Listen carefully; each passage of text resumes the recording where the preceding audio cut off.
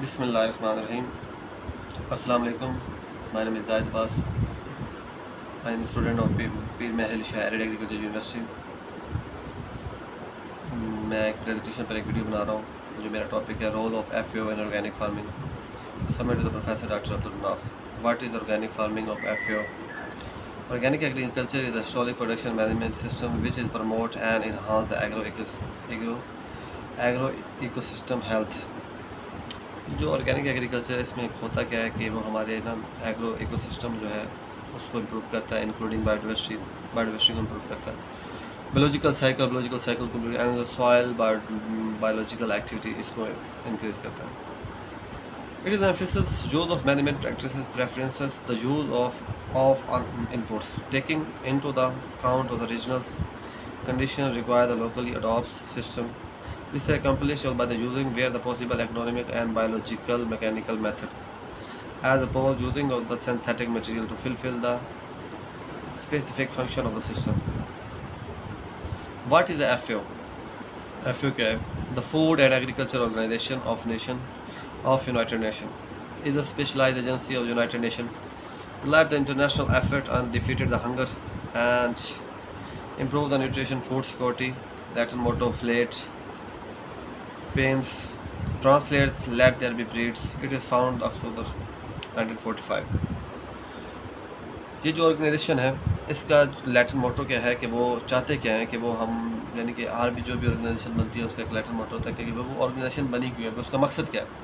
इनका मकसद है कि भाई खाने के लिए रोटी ज़रूर होनी चाहिए, ठीक है। Role of FAO in organic farming. FAO का क्या रोल है ऑर्गेनिक फार्मिंग में, उसमें क्या करते हैं। The long term objective FAO organic agriculture programme to enhance food security and rural development, sustainable livelihoods and the environmental integrity, building capacity of members countries in organic production, processing, certificate and marketing। भाई क्या करता है जी FAO, क्या करता है organic farming में। उसने अगर कोई बंदा ऑर्गेनिक फार्मिंग करता है तो उसके बाकायदा उसे एक लैंड बताना पड़ती है, भाई ये मेरी लैंड है कि मैं इधर ऑर्गेनिक फार्मिंग कर रहा हूँ। फिर वो उसमें देखा जाता है कि इसके इर्द गिर्द जो है ना इनऑर्गेनिक फार्मिंग तो नहीं हो रही, फॉर एग्जांपल स्प्रे वगैरह, तो उसका यूज़ उधर भी हो जाता है कि यानी कि उधर थोड़ा सा स्प्रे का असर जो है ना उसके ऊपर भी होता है। तो इस तरह जो है ना बहुत ज़्यादा प्रिंसिपल वगैरह इसके होते हैं जिस पर हमें रूल ऑफ रेगुलेशन की जाती है। फिर ऑर्गेनिक फार्मिंग में ये है कि हमारी ऑर्गेनिक प्रोडक्शन होती है, प्रोसेसिंग होती है और सर्टिफिकेशन मार्केटिंग। फिर उसकी एक अलहदा से एक प्रोसेसिंग होती है, एक फिर सर्टिफिकेशन होती है, फिर मार्केटिंग। यानी कि अगर जब हम ऑर्गेनिक फार्मिंग लेने जाते हैं किसी शॉप से, अगर किसी में बैनर लगाया हुआ है कि फॉर एग्जांपल जी मैं ऑर्गेनिक फार्मिंग कर रहा हूँ, तो हमें कैसे पता चला। सर्टिफिकेट होगा उसके पास और गवर्नमेंट से दिया होगा कि वो हमें बताएगा कि भाई ये ऑर्गेनिक फार्मिंग हो रही है, तो मेरा सर्टिफिकेट है। और दैट इज़ गुड जी, होनी चाहिए हमारे पाकिस्तान में, और है भी इस्लामाबाद के काफ़ी इलाकों में हो रही है। सो काफ़ी यानी कि हमें अपनी हेल्थ का काफ़ी ख्याल रखना चाहिए, क्योंकि ये ज़िंदगी एक बहुत बड़ी नेमत है इंसान की। इसलिए हमें चाहिए कि हर चीज़ जो है ना भूख कर करनी चाहिए और अपनी सेहत की काफ़ी केयर करनी चाहिए, डाइट का काफ़ी ख्याल करना चाहिए हमें। Basic characteristic of organic production, यानी कि ऑर्गेनिक प्रोडक्शन के बेसिक कैरेक्टरिस्टिक हैं।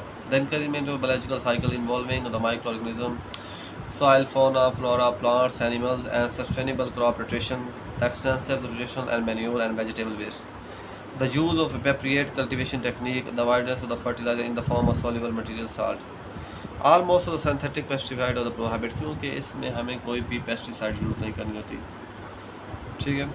The use of animal husbandry technique, हमें एनिमल हस्बेंड्री की technique which is meet of the animal physiological behaviour and health needs. Genetic engineering has no place of the organic production and processing, or no genetically engineering an organism or products and use. Pest, disease and weed management in organic farming. For example, अगर हमारी organic farming के farm में कभी कोई paste या disease आ जाए, weeds आ जाए, तो हमें उससे किस तरह बचना चाहिए, किस तरह से हमें मिटिगेट करना चाहिए। Choice of the appropriate species and varieties, appropriate the rotation of the program, हमें क्या करना चाहिए, ऐसी स्पीशीज़ और वैराइटीज़ यूज़ करनी चाहिए जो हमारे लिए बेहतर हो। अप्रोप्रिएट क्रॉप प्रोग्राम रोटेशन यानी कि करना चाहिए हमें इस तरह करना चाहिए, यानी क्रॉप चेंज बाई चेंज करनी चाहिए। मैकेनिकल कल्टीवेशन करनी चाहिए। फिर protection of the natural enemies of pest through the provision of the favourable habitat, हमें such as hedges and nesting of the site. For example अगर ये है कि अगर कोई पेस्ट वगैरह आ जाते हैं, इंसेक्ट्स आ जाते हैं, पेस्ट आ जाते हैं, तो हमें क्या करना चाहिए, उनके जो है हैजेस करने चाहिए और उसकी नेस्ट साइट जो भी है उसे ख़त्म कर देना चाहिए। Ecological buffer zone which maintain the original vegetation, house pest and predator, diversified ecosystem, natural enemies including the release predator and parasite, mulching, grazing animal, mechanical control such as the traps, barrier, lights and sound, stream sterilization when a proper rotation soil renewable cannot take place. What is the environmental benefit organic farming? भाई हम organic farming करते हैं तो हमारे environment को क्या असर है, क्या इफेक्ट है, क्या बेनिफिट है। Organic farming reduce the non renewable energy, reduce करता है नॉन रिन्यूएबल एनर्जी को। Use of decreasing of the agro chemical needs, जब हम ऑर्गेनिक फार्मिंग यूज़ करेंगे तो केमिकल कम यूज़ होगा, जिससे हमारे लिए बहुत बेहतर है। Require the higher quantity of the fossil fuel to the produce, क्योंकि जब हम केमिकल बनाते हैं तो हमें काफ़ी फॉसल फ्यूल लगता है और काफ़ी जो है ना इसमें यानी कि हमारा इन्वायरमेंट काफ़ी इफेक्ट होता है। उसके बाद है जी organic agriculture contribute to the mitigate the greenhouse effect and global warming through the ability of the sequester carbon in soil। जब हम ऑर्गेनिक फार्मिंग करेंगे तो हमारा जो ग्रीन हाउस इफेक्ट है वो भी क्या होगा, मिटिगेट होगा। What is the essence of the organic farming? Organic agriculture is the historic production management which is promote enhance agro ecosystem health including biodiversity, biological cycle, soil biological activity. What is the important of organic farming, यानी कि organic farming की importance क्या है compare with the conventional agriculture. अगर हम इसको compare करते हैं कन्वेंशनल एग्रीकल्चर के साथ, organic farming use fewer pesticide, reduce soil erosion, यानी कि सॉइल एरोजन कम हो जाएगी, decrease the nitrate leaching and ground water, ठीक हो गया, surface water, recycle the animals waste back into the farm, यानी कि जो हम एनिमल वेस्ट है तो हम फार्म में यूज़ करते हैं। The benefit of the counter balance by the higher food for the consumer generally lower yield। Law in FAO of organic farming, यानी कि कानून साजी अगर कोई की गई है FAO के बारे में, कोई लॉ वगैरह बनाया गया तो इसमें हम डिस्कस करते हैं।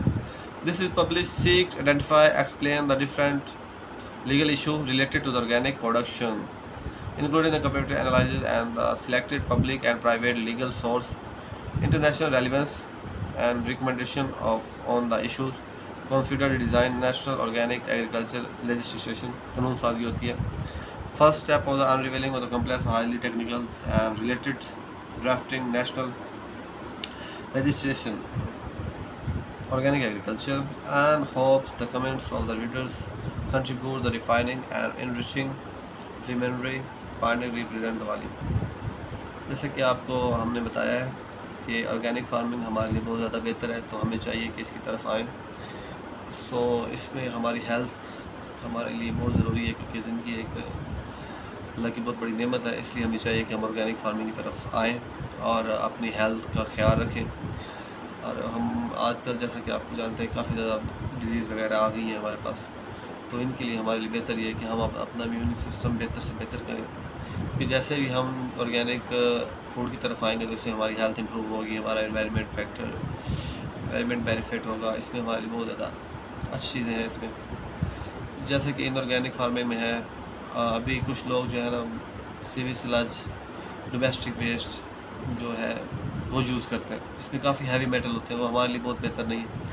इसलिए हमें चाहिए ज़्यादा से ज़्यादा जो है ना केयर करें अपनी हेल्थ की, क्योंकि इंसान की ज़िंदगी बहुत ज़्यादा इंपॉर्टेंट है इंसान के लिए, इसलिए हमें चाहिए कि ऑर्गेनिक फार्मिंग की तरफ आए। बाकी जो है ऑर्गेनिक फार्मिंग में बहुत बड़ा रोल है FAO का। FAO की ऑर्गेनाइजेशन है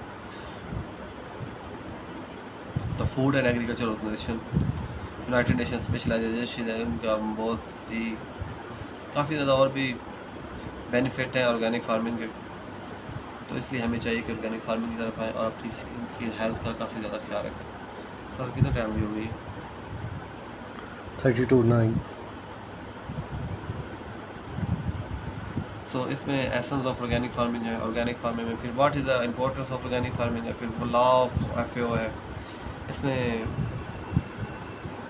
काफ़ी जो है ना बेहतर चीज़ें हैं, तो हमें चाहिए कि अपनी हेल्थ का ख्याल रखें। बाकी शुक्रिया, अल्लाह हाफ़िज़।